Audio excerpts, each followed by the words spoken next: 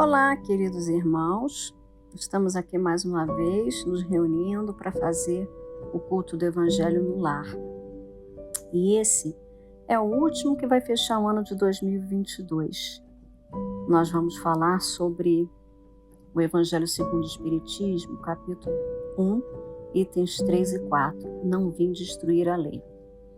Mas antes, eu peço para que todos se acomodem confortavelmente, com os celulares desligados ou no silencioso, coloquem sua água para fluidificar e depois pode ser bebida por quem estiver participando do culto.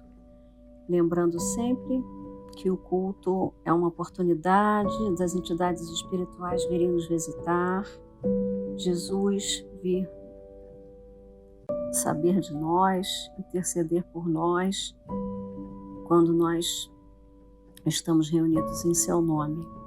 E todas as nossas dificuldades nós aproveitamos para conversar com Deus e para receber uma limpeza espiritual no lar. Começando então, eu vou fazer uma oração de abertura. Amado Pai, querido Mestre Jesus, querida Mãe Santíssima, caríssimos amigos espirituais e guias, é sempre um prazer estar em companhia de tanta luz, agradecendo pela visita ao nosso lar. E assim pedimos permissão para iniciar mais um culto em casa. Que assim seja, graças a Deus. Aqui, uma leitura edificante para começarmos a deixar as preocupações de lado e começarmos a focar na reunião. Eu tenho aqui o livro Fonte Viva, de Chico Xavier, pelo Espírito de Emmanuel. E a mensagem é 39, fé inoperante. Assim, também a fé, se não tiver as obras, é morta em si mesma. Tiago, capítulo 2, item 17. A fé inoperante é problema credor da melhor atenção, em todos os tempos, a fim de que os discípulos do Evangelho compreendam com clareza que o ideal mais nobre, sem trabalho que o materialize, a benefício de todos, será sempre uma soberba paisagem improdutiva. Que diríamos de um motor precioso, do qual ninguém se utiliza? De uma fonte que não se movimente para fertilizar o campo? De uma luz que não se irradia? Confiaremos com segurança em determinada semente, todavia, se não a plantamos? Em que redundará nossa expectativa, se não em simples inutilidade? Sustentaremos absoluta esperança nas obras que a tora de madeira nos fornecerá, mas se não nos dispomos a usar o serrote e a plaina, certo, a matéria-prima repousará indefinidamente a caminho da desintegração. A crença religiosa é o meio, o apostolado é o fim. A celeste confiança ilumina a inteligência para que a ação benéfica se estenda, improvisando por toda parte bênçãos de paz e alegria, engrandecimento e sublimação. Quem puder receber uma gota de revelação espiritual no imo do ser, demonstrando o amadurecimento preciso para a vida superior, procure de imediato o posto de serviço que lhe compete, em favor do progresso comum.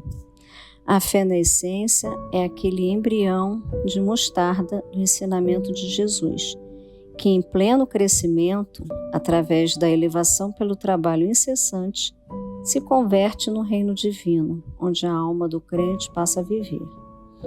Guardar, pois, o êxtase religioso no coração, sem qualquer atividade nas obras de desenvolvimento da sabedoria e do amor, consubstanciados no serviço da caridade e da educação, será conservar na terra viva do sentimento um ídolo morto, sepultado entre as flores inúteis das promessas brilhantes. Bem, hoje nada melhor do que falar sobre Jesus, né? Já que se aproxima o Natal. E o Evangelho, nos itens 3 e 4 do capítulo 1, diz: não vim destruir a lei, capítulo 1. Não penseis que vim destruir a lei ou os profetas. Não vim destruí-los, mas dar-lhes cumprimento. Eu vos digo em verdade que o céu e a terra não passarão antes que tudo que está na lei seja cumprido completamente, até o último iota e o último ponto. Mateus, capítulo 5, itens 17 e 18. Item 3. Cristo. Jesus não veio destruir a lei, isso é, a lei de Deus. Ele veio cumpri-la, ou seja, desenvolvê-la, dar-lhe seu sentido verdadeiro e apropriá-la ao grau de adiantamento dos homens. É por isso que encontramos nessa lei os princípios dos deveres para com Deus e para com o próximo, que constituem a base de sua doutrina. Quanto às leis de Moisés, propriamente ditas, Jesus, ao contrário, modificou-as profundamente, tanto no conteúdo quanto na forma. Combateu constantemente os abusos das práticas exteriores e as falsas interpretações, e não lhes podia ter dado uma reforma mais radical do que reduzindo-as a estas palavras: amar a Deus sobre todas as coisas e ao próximo como a si mesmo, e acrescentando: está aí toda a lei e os profetas. Por estas palavras, o céu e a terra não passarão antes que tudo seja cumprido até o último iota. Jesus quis dizer que era preciso que a lei de Deus fosse cumprida, ou seja, praticada na terra, em toda a sua pureza, com todos os seus desenvolvimentos e todas as suas consequências. Pois de que serviria estabelecer essa lei se fosse para o privilégio de alguns homens, ou mesmo de um único povo? Sendo todos homens filhos de Deus, são todos sem distinção, objeto da mesma dedicação. Item 4. Mas o papel de Jesus não foi simplesmente o de um legislador moralista, apenas com a autoridade de sua palavra. Ele veio cumprir as profecias que tinham anunciado sua vinda. Sua autoridade vinha da natureza excepcional de seu espírito e de sua missão divina. Ele veio ensinar aos homens que a verdadeira vida não está na terra, mas no reino dos céus. Ensinar-lhes o caminho que os conduz até lá, os meios de se reconciliarem com Deus e de preveni-los sobre a marcha das coisas que hão de vir para o cumprimento dos destinos humanos. Entretanto, Jesus não podia dizer tudo e, em relação a muitos pontos, conforme ele mesmo disse, limitou-se a lançar os germes das verdades que não podiam ainda ser compreendidas. Ao falar de tudo, o fez em termos às vezes mais, às vezes menos claros. Para compreender o sentido oculto dessas palavras, seria preciso que novas ideias e novos conhecimentos viessem nos dar a chave, e essas ideias não poderiam vir antes que o espírito humano adquirisse um certo grau de maturidade. A ciência deveria contribuir decididamente para que essas ideias viessem à luz e se desenvolvessem. Seria, portanto, preciso dar à ciência o tempo de progredir. Bem, o texto até que é claro, mas sempre é bom a gente parar e pensar sobre tudo que ele fala, né? E quando a gente fala de Jesus, ele não veio destruir a lei, porque 1000 anos antes Moisés recebeu a tábua dos 10 mandamentos. E com relação a esses 10 mandamentos, a gente pode perceber que Jesus não contraria essas ideias. Mas como a humanidade vem progredindo tecnicamente, cientificamente e até moralmente com as encarnações, Jesus veio 1000 anos depois para poder complementar e ensinar um pouco mais à humanidade sobre qual é o seu caminho, né? Qual é o seu destino, o que devemos fazer na Terra, por que estamos na Terra, né? E aí ninguém melhor do que Jesus, um espírito mais perfeito que Deus enviou à Terra, guia e modelo da humanidade terrestre. Ele nos ofereceu um roteiro seguro para seguirmos em direção à nossa perfeição moral. E é de vital importância para tanto que nós nos debrucemos sobre os textos evangélicos deixados, os registros dos ensinamentos do Cristo em sua passagem pela terra. Por isso que é importante a gente estudar o Evangelho, né? Ele, dentro de suas parábolas, né, tentando explicar uma natureza, uma essência espiritual em todos nós, e um reino que não era conhecido por uma humanidade ainda tão ligada à Terra, né? Que recém-saída de um politeísmo, enfim, ainda atrasada, né? Sobre esses conhecimentos. O ensinamento de Jesus, todo ele se resume, por assim dizer, em 2 mandamentos: amar a Deus de todo o coração, alma e pensamento, e ao próximo como a si mesmo. Deus criou o homem dotado de livre-arbítrio, podendo ser livre para escolher entre o caminho do bem e o caminho do mal. Jesus então veio à Terra trazendo luz sobre essa escolha, ajudando a humanidade a refletir sobre os seus atos, pensamentos e palavras, para que melhor entendessem essa escolha e entendessem o sentido do bem maior. Mostrou que nossa verdadeira morada é junto do Criador, nosso Pai, e nos revelou um Deus bom, generoso, amoroso, sábio e justo, e não um Deus punitivo e cruel, que era muitas vezes interpretado na antiguidade, e precisava ser destruída essa ideia. Mostrou quem era o seu verdadeiro Pai, o nosso verdadeiro Pai. Jesus nos ensinou a enxergar qualquer ser humano como nosso irmão e que devemos amar a todos sem distinção. Isso faz muito sentido, porque se nós acreditamos na teoria reencarnatória, entre tantas experiências reencarnatórias que tivemos, muitas vezes espíritos que nos fizeram muito bem estão de novo junto conosco e às vezes nós os estamos negligenciando ou até ofendendo, desejando mal. Nós não sabemos por que estamos em contato com certas pessoas que estão em nossas vidas. Muitas vezes fizemos mal no passado a elas, ou elas a nós, ou elas nos fizeram bem. Então, o importante é amar a todos, porque essa teia de reencarnações ela é muito mais complexa do que podemos imaginar.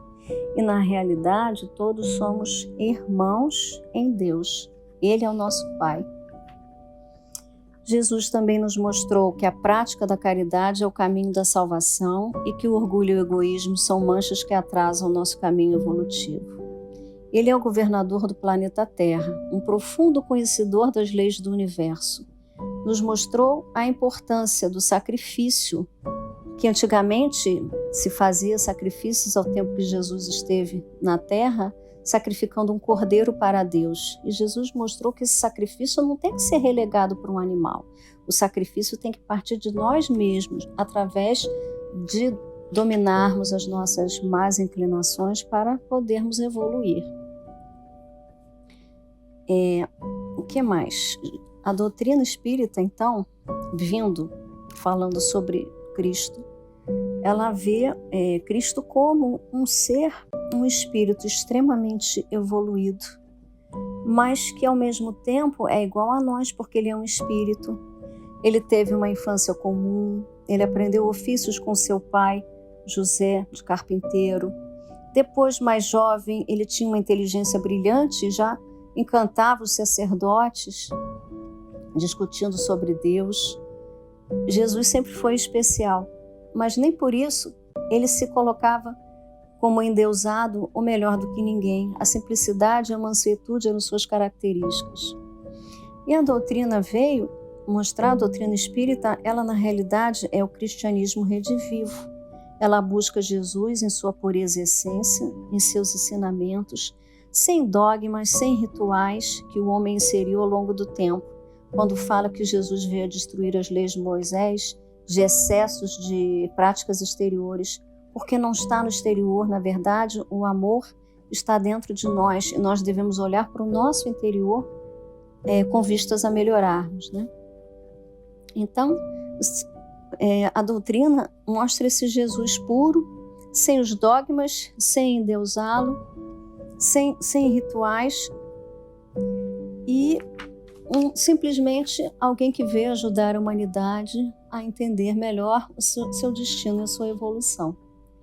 A doutrina mostra esse Jesus em mansuetude e simplicidade, sem endeusamento de fato. Adilson Ferreira, ele diz que Ele, quando fala em Jesus morreu para nos salvar, ele diz, não, Jesus viveu para nos salvar. Não se deve ter a ideia de um Jesus derrotado e crucificado, mas pelo contrário, um Jesus vitorioso que conseguiu trazer para nós todas as mensagens sobre uma vida após essa vida terrena, que é a principal vida. E que a nossa natureza espiritual, nós estamos na Terra só por transição, porque a nossa verdadeira pátria é espiritual, para onde retornamos após cada encarnação. A doutrina aproxima Jesus de nós. Ele só é muito mais evoluído do que nós, mas é um espírito como nós, filho de Deus. Já tinha falado até sobre isso.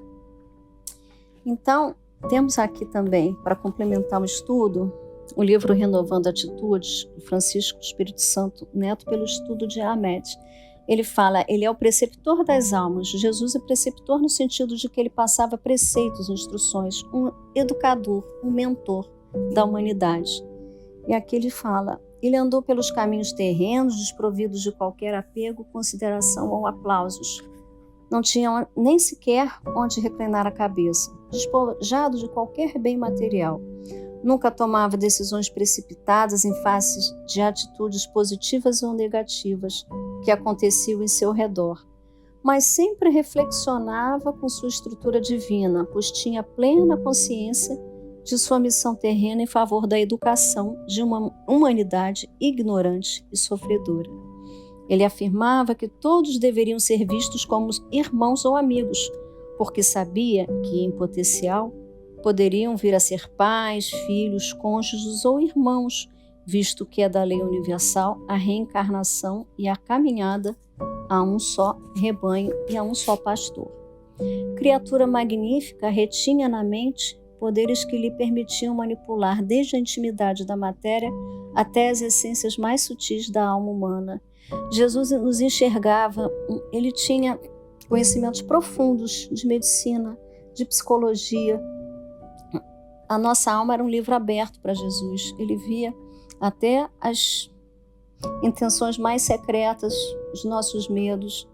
E Jesus tinha também conhecimentos a ponto de manipular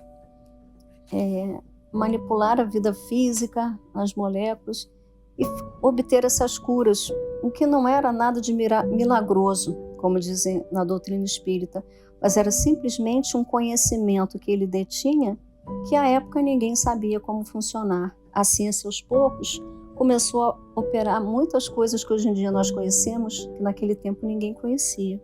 Jesus, então, ele era um técnico profundo, um conhecedor das leis universais em profundidade. Preceptor de almas, ele nos levou à reflexão íntima, ou melhor, à interiorização de nós mesmos, quando ele assegurou, eu estou no Pai e o Pai está em mim, formalizando assim a necessidade do nosso autoconhecimento como base vital para alcançarmos o reino dos céus. Na época, pela humanidade ainda não adiantada, de tecnologia, e ainda nem mesmo moralmente, mas já mais adiantado do que é o tempo de Moisés, Jesus tinha que falar por parábolas, de modo a tentar explicar com situações simples e cotidianas para o povo poder entender o que ele queria dizer, poder entender que nós devemos amar ao próximo como a nós mesmos, que nós devemos amar a Deus sobre todas as coisas, agradecer e tentar nos melhorarmos. Tudo isso de uma forma mansa, sem julgar e com um amor indizível, indescritível, que só mesmo Ele tinha e tem por nós. Então, aproveitando essa linda mensagem e essa passagem falando sobre Jesus, nós podemos terminar o nosso culto, agora imaginando a figura dele se aproximando de nós e despejando sua luz sobre nós, sobre todo o nosso lar, nosso trabalho, locais onde frequentamos. E aí nós confiamos a Ele os nossos pedidos, as nossas preocupações, as nossas dúvidas, tudo aquilo que nos aflige, pois além de tudo, Ele é o nosso confidente. Ele olha por cada um de nós. Querido Jesus, obrigada por sempre estar conosco. Obrigada por estar no leme desse planeta. Nos ajude a ter paz, a ter mais amor, que possamos trilhar os seus passos, os seus caminhos, que possamos, nem que aos pouquinhos, dia após dia, em pequenas ações, como pequeninos grãos de areia, que nós possamos nos juntar numa grande praia universal, trilhando assim o amor a Deus sobre todas as coisas e ao próximo, como a ti mesmo. Jesus, obrigada por tudo. Dai-nos paz, dai-nos saúde e que o ano vindouro seja um ano melhor para todos, sempre trilhando e reverenciando a Ti, Senhor. Aniversariante desse mês de dezembro, tudo o que devemos é em gratidão a Ti, em gratidão ao Pai, Jesus. Esteja sempre conosco, agora e sempre. Graças a Deus.